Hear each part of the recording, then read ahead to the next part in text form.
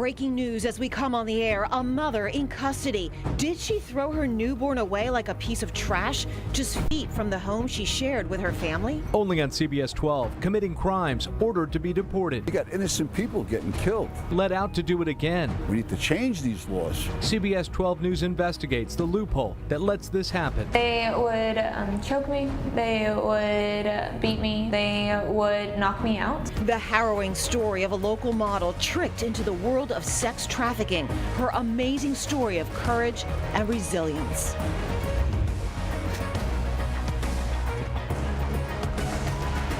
Breaking right now, a mother is arrested and charged, accused of a monstrous act. Yeah, police say she tossed her newborn daughter into a dumpster. Maintenance workers heard the newborn's cries coming from the trash over at the Allister Apartments off Boca Estrada Boulevard. CBS 12's Thomas Forster joins us live from the Palm Beach County lockup now with where that mother's being booked tonight. Yeah, Jim and Liz, you know, just a few minutes ago, detectives tell CBS 12 that the woman who they first called a person of interest is in fact the mother of that newborn who was put in the dumpster on Wednesday morning. She, as you mentioned, she has been charged and booked here at the Palm Beach County Jail. In this video you see exclusively on CBS 12, we get our first look at the woman being taken from her home in handcuffs. Sheriff deputies call her a person of interest in the case of the newborn, less than 12 hours old, found in a dumpster on Wednesday at the Allister Apartments on Boca Entrada Boulevard in West Boca Raton. We never had the idea that she was pregnant. Maria Sainz lives right next door to the unidentified woman of interest. She says her neighbor didn't show any signs of expecting. She was very slim, you know, and we never saw her pregnant. Maybe because she didn't have that much belly. The woman who deputies call a person of interest was examined by doctors at West Boca Medical Center. It's the same hospital where the newborn is recovering. Sainz tells CBS 12 the woman is originally from Brazil, in her mid-30s, married, and is the mother of another child, a 3-year-old boy. He was very happy little kid, and I always say, "Hi, how are you?" And he was with a big smile. Detectives were also seen in the home interviewing a male who lives inside the apartment.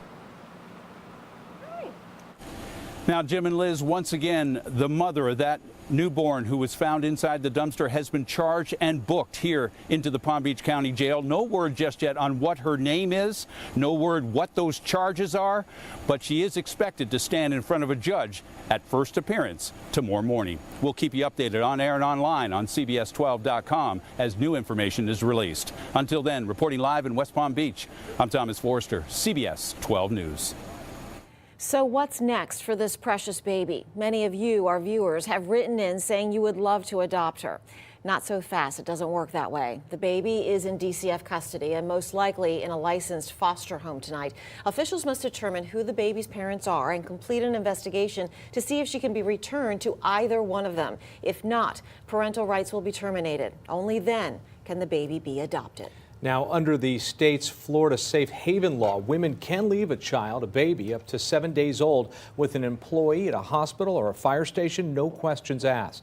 The Safe Haven organization also has a 24-hour confidential hotline. We posted the number right there on your screen. It's 877-767-BABY.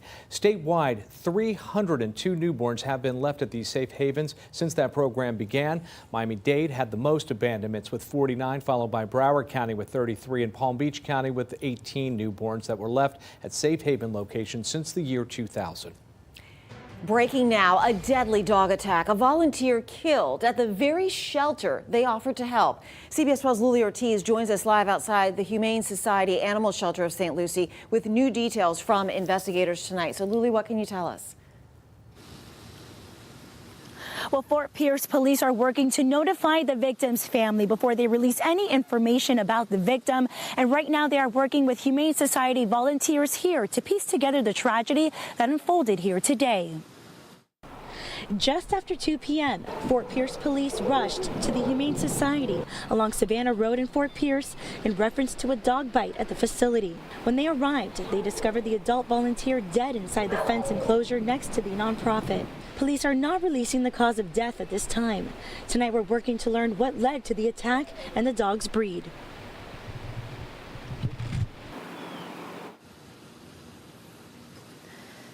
And police are not releasing any information about the dog or what led to the attack. Also, we reached out to animal control as well as those who volunteer here tonight, but we did not hear back. And as soon as we get new developments, we'll be sure to pass that along to you. We're live in Fort Pierce tonight. I'm Lily Ortiz, CBS 12 News. And Lily, just in March of this year, a 2-year-old boy was killed after a dog attack in High Springs. And in October in Clearwater, a baby girl was killed by a pit bull mix. Typically between 30 and 50 people in the U.S. die from dog bites each year. Murderers, gang members, and rapists committing crimes on our streets time and time again. And the worst thing is, in many cases, we're allowing it to happen. Yeah, police say that the man seen killing his friend execution style in this video was in the country illegally from Cuba and ordered to be deported just 2 years ago, but he never left. CBS 12's Maxine Betzel investigates the loopholes that are allowing dangerous criminals to stay in the country even after they've been ordered to leave. She's live in West Palm Beach with the details. Maxine? Well, Jim, it's a problem that retired ICE agent Dennis McKenna tells me the government has been dealing with for years. Countries simply unwilling to take back its criminal citizens after they've committed a crime here, allowing them to stay and often commit crimes on our streets. Relentless and cold-blooded. Inside a Miami parking garage, police say this chilling surveillance video shows the moment in March that Cuban native David Paneque killed his friend Leandro Lopez as he pleaded for his life. Later arrested, it was in the interrogation room. Paneque realized investigators had the surveillance video too. The whole thing's on video, bro. I don't know what you're talking about. According to court records, this wasn't the 29-year-old's first time in trouble with the law. In 2008, he was sentenced to 10 years in prison for attempted murder and armed robbery. Released in March of 2017, Immigration and Customs Enforcement says Paneque was taken into their custody and ordered to be deported back to Cuba. They say he remained in ICE custody until July 5th, and that's when they had to release him on an order of supervision. According to ICE, there was no significant likelihood of removal in the foreseeable future. We go to the Cuban embassies and try to deal with them, and it's very hard. Former ICE agent Dennis McKenna says many countries, especially Cuba, are uncooperative in accepting the return of their nationals, especially when they've committed crimes. But some of them, Cuba says, no, I'm not taking them. So if they don't take them, by law, we're only allowed to hold them for 90 days. Oftentimes, he says Cuba just won't send the necessary travel documents needed for them to deport those in custody. We have to actually persuade them to take their criminals back. McKenna says the worst part is they often know the criminals will reoffend, like Paneque allegedly has, but their hands are tied. We know, sooner or later, if these guys are criminals, they're not going to change overnight. It's simply a flawed system, according to McKenna, who says if it isn't fixed soon, more criminals will be left out on our streets. It needs to be changed. You got innocent people getting killed. We need to change these laws so that people in America can live the life they're supposed to live and not worry about being a criminal victim. Now, if convicted, it's likely that Paneque would once again spend time in prison and then a judge would order him to be deported. He has pleaded not guilty to all the charges against him. Reporting live tonight in West Palm Beach, Maxine Betzel, CBS 12 News. A spokesperson for ICE tells us that more than 400 Cuban nationals were returned to their home last year. That's a significant increase from years in the past. According to the Department of Homeland Security, there are some 20 countries considered uncooperative in accepting their return of their nationals. China, by the way, is on the top of that list. Powerful storms in the southeast are devastating parts of Texas, Louisiana, Oklahoma. Take a look at this. Lots of rain. Look at all this flooding. In Austin, a man died after high water swept him away. And in Houston, Texas, 10 inches of rain fell in just 18 hours. Of course, the rain on the way for us, but it's not like that. Chief Meteorologist Darren Kristen joining us right now with a look at our forecast. Well, our next weather makers, that stalled out front just to our north and our easterly flow, both combining to bring us more showers and storms overnight and again tomorrow. Now starting to wash out just west of Highway 27 across southwest Palm Beach County, but flaring up across I-95 and Citrus Boulevard. Indiantown, get set. That's headed for you. Eagle Island, Okeechobee, you're next as that rain across southwest St. Lucie County is headed in your direction overnight. How to avoid the rain on Mother's Day coming up. Tonight, a 3-year-old boy in Tampa with leukemia will continue chemotherapy regardless of his parents' wishes. A judge has ruled Noah McAdams has to go through at least 2 more sessions of chemo, but did allow his parents to look into alternative treatments. Officials say the parents skipped town last month right before Noah was to start another round of chemo. Right now, he's back in Tampa in the custody of his grandparents. A South Florida couple is being sued by their son's former daycare because they gave the facility negative online reviews. Kimberly Moore says she picked up her 2-year-old son Owen from the learning experience in Sunrise, and his eyes were swollen and he was covered in a rash. Owen is allergic to milk, which she says the facility knew. Moore says the daycare routinely sent pictures of Owen throughout the day, some showing him with bagels and cream cheese, macaroni and cheese, and creamy noodles. It makes me very upset, yeah. So, I trust those people to take care of my son. They pulled Owen out of school and left lengthy online reviews on social media. The Learning Center filed a defamation lawsuit claiming the comments were false and made with reckless disregard for the truth. Well, tonight, sources tell the Denver Post detectives are investigating whether or not a private security guard accidentally shot at deputies responding to this week's deadly shooting at a STEM school near Denver, Colorado. They are also trying to determine whether or not the path of that bullet indicates that the guard may have hit and injured a student. Senior Kendrick Costello was killed in the attack trying to stop the shooters. His fellow students say that he lunged at one of the attackers, giving others a chance to run. His parents talked about their son's heroic actions. One of the kids told me that, like a flash, he jumped up. She said, he's a hero, he saved me. She said he jumped up and he ran. She said you couldn't even see how fast he was running, out the door and after this person. It makes me happy that she has her son, and but it makes me sad that mine's not here. The 2 accused shooters, by the way, are now charged with first-degree murder. Police have yet to say what provoked it. The incident brought back dark memories for a teacher from Parkland, Florida, who picked up and actually moved to Colorado after last year's massacre at Stoneman Douglas High School. Julie Finkelstein decided it would no longer be safe to be a teacher, so she moved to Colorado, became a bartender, where she hopefully had escaped it all. You can move 1,000 miles away and it doesn't change. The society that we're living in today is where we are, unfortunately.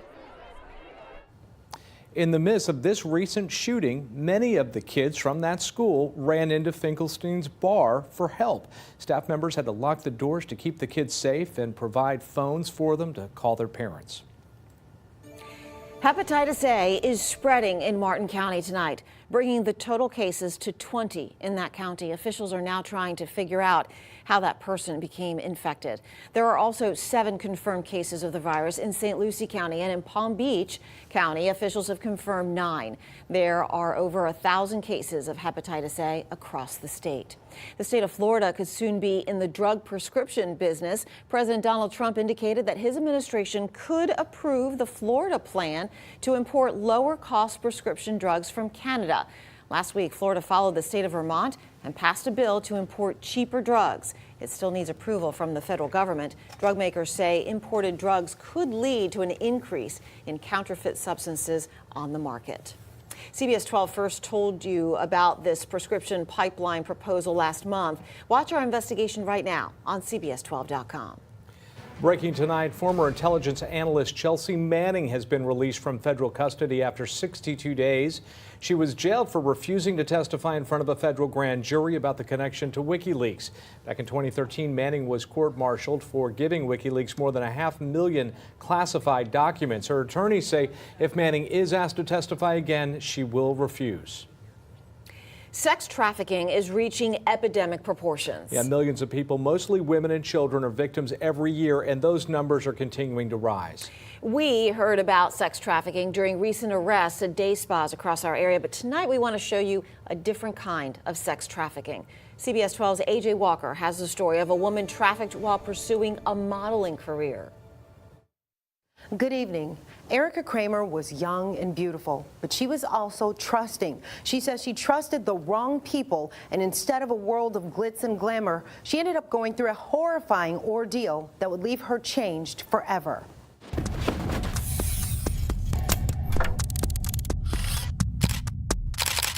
It all started when 20-year-old Erica Kramer moved from the quiet beauty of Tennessee to the busy streets of New York City, chasing her dream of becoming a model. But the modeling agency she thought would be her big break was anything but. They claimed to be an agency, and then when I got there, they turned into being a management. Turns out she had to find her own modeling work, but the management agency would provide her a place to live.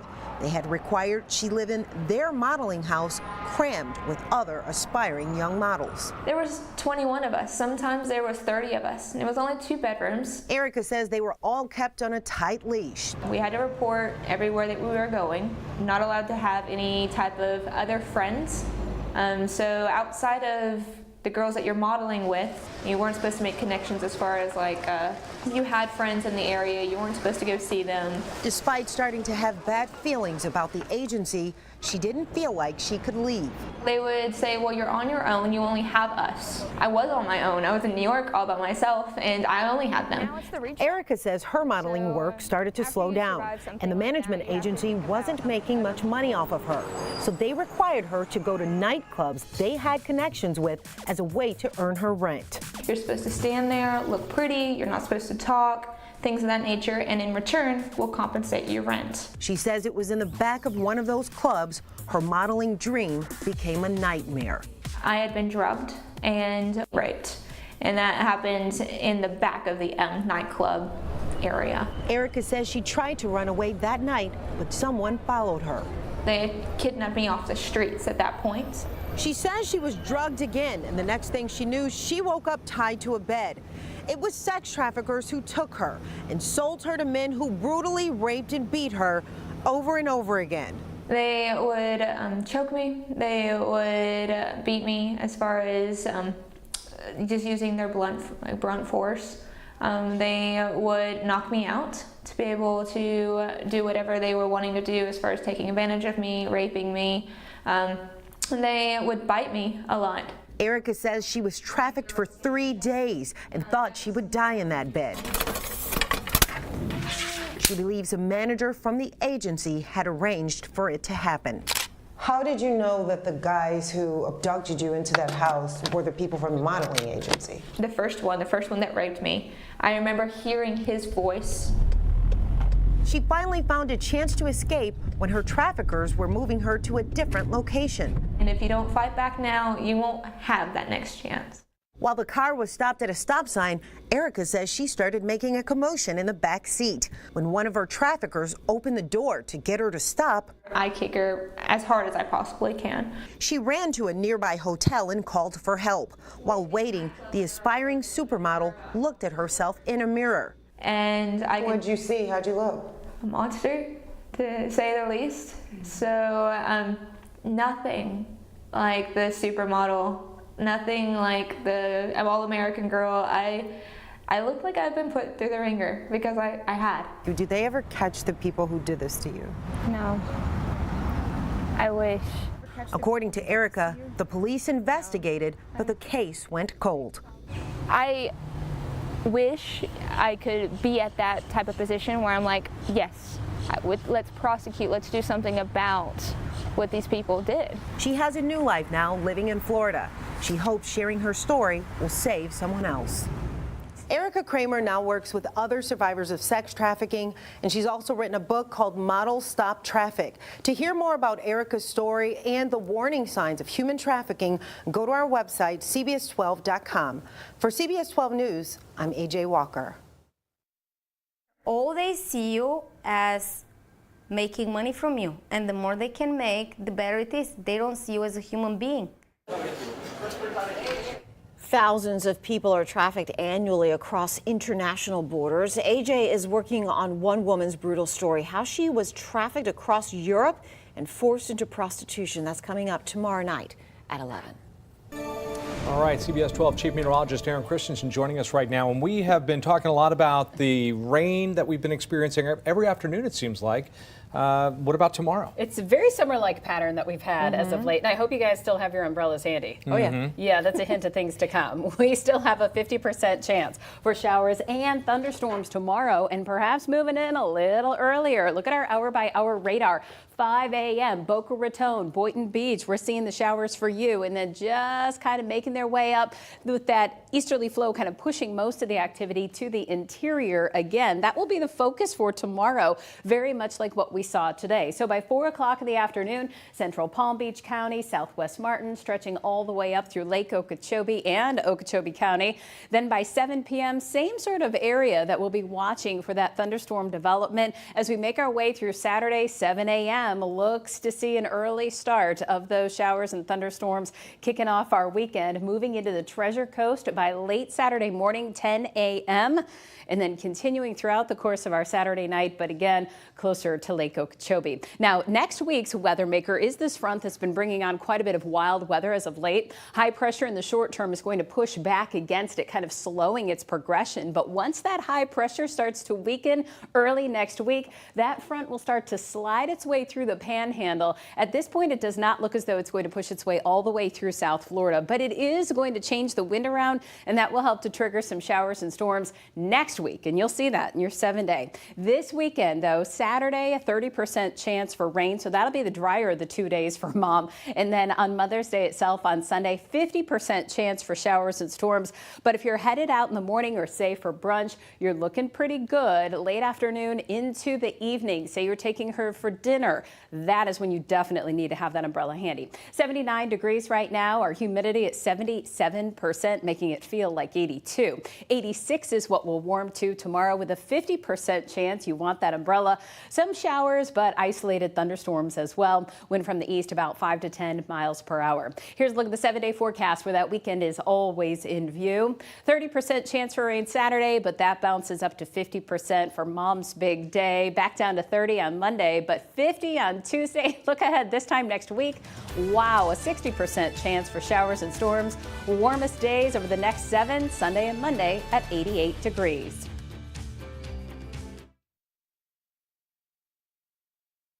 Proud sponsors of the CBS 12 News Network, the one to turn to. Now, the South Florida Honda Sports Report. Well, the Miami Dolphins may have ignored all of the expensive free agents this offseason, but tonight they moved further away from the term tear down and closer to the term rebuild, signing their most talented young player to a record-breaking contract. The Dolphins announcing tonight they've signed Xavier Howard to a 5-year extension worth $76.5 million. Yes, Jim Grimes' jaw's on the ground right now, instantly making him the highest-paid cornerback in the National Football League. The deal features $46 million guaranteed. The 2018 Pro Bowler has 11 interceptions, 25 pass breakups in 28 games over the past 2 seasons. The Dolphins busy today, signing 5 of their 6 draft picks, including first-rounder defensive tackle Christian Wilkins, number 42 right there, a 4-year deal worth about $15.5 million, including a $9.5 million signing bonus. Meanwhile, rookie camp kicks off tomorrow. All of the new draft picks and undrafted free agent signings will be there, as will newly signed quarterback Josh Rosen, who'll be competing, of course, with veteran QB Ryan Fitzpatrick. It'll be the first time we've seen the second-year player on the field since being traded from Arizona. He's come in and really worked hard. He's tried to learn the offense as much as he can. He's done a good job in that area. He's got a long way to go, as do our players as we start in really our spring practice. We have a long way to go. Well, on top of everything else, the Dolphins also signed veteran offensive tackle Jordan Mills today, a 1-year deal worth $3 million. The future has never been more bright for collegiate golfers. What's widely known as a sport for life is creating more options than ever for young golfers who, in the past, may not have started playing golf in the first place. No tournament displays the positive growth of golf better than the 33rd annual PGA Works Collegiate Championship, formerly known as the PGA Minority Collegiate Championship, what could be considered one of the most culturally significant championships in golf. The field has grown to 41 schools altogether, many of them historically African-American colleges and universities. 189 players will compete from around the world and take part in PGA Works Career Expo. That happened today, linking the sport with career opportunities and bettering the networking skills of the student athletes. You don't necessarily have to go on a tour. You can, like Jasmine Cunningham. Yeah. She used to play for the University of Maryland Eastern Shore, and now she helped coordinate this very tournament. So it's crazy how you can grow in golf. The communication aspect of it and just, connecting with new people every day, I feel like it's a really great opportunity just to meet new people and form new bridges. Bethune-Cookman will officially begin defending their titles. The women have won an unbelievable 7 straight, the men 3 straight. The tourney runs through Sunday, and we'll have it covered, guys. It's a very talented group. $76 million. Yes. Oh, gosh, you're back. I knew He's still back his on. jaw is intact. Yes. Better be worth it, right? Well, he's a talented guy. Yeah, all right. Thanks, John. Be sure to stay tuned to The Late Show with Stephen Colbert right after CBS 12 News at 11. Tonight's guest is the cast of Veep. We'll be right back with your Wake Up Weather. We are staying on top of breaking news tonight. According to CBS 12 News sources, a mother has been charged, accused of putting her newborn daughter in a dumpster at Allister Apartments in West Boca Raton. This is exclusive video on CBS 12 News of that woman being taken to the hospital to be examined at the same hospital where the baby girl is recovering. She has been arrested and is now being booked at the Palm Beach County Jail, where she remains tonight. We'll continue to update this story on our CBS 12 News app and tomorrow morning on CBS 12 News This Morning. Now here's Aaron with a final check of our weather. Here's your wake up weather. Anywhere from 70 to 76 degrees will start the day. Most of us will wake up to mostly cloudy skies, but if you live near Boynton Beach or Boca Raton, some isolated showers and storms for you. All right, grab the umbrella when you head out the door. That's going to do it for us. Thanks for watching, everyone. Don't forget Matt Lincoln and Ashley Glass. Kick it off tomorrow morning starting at 4:30. Have a great night, everyone. We'll see you tomorrow.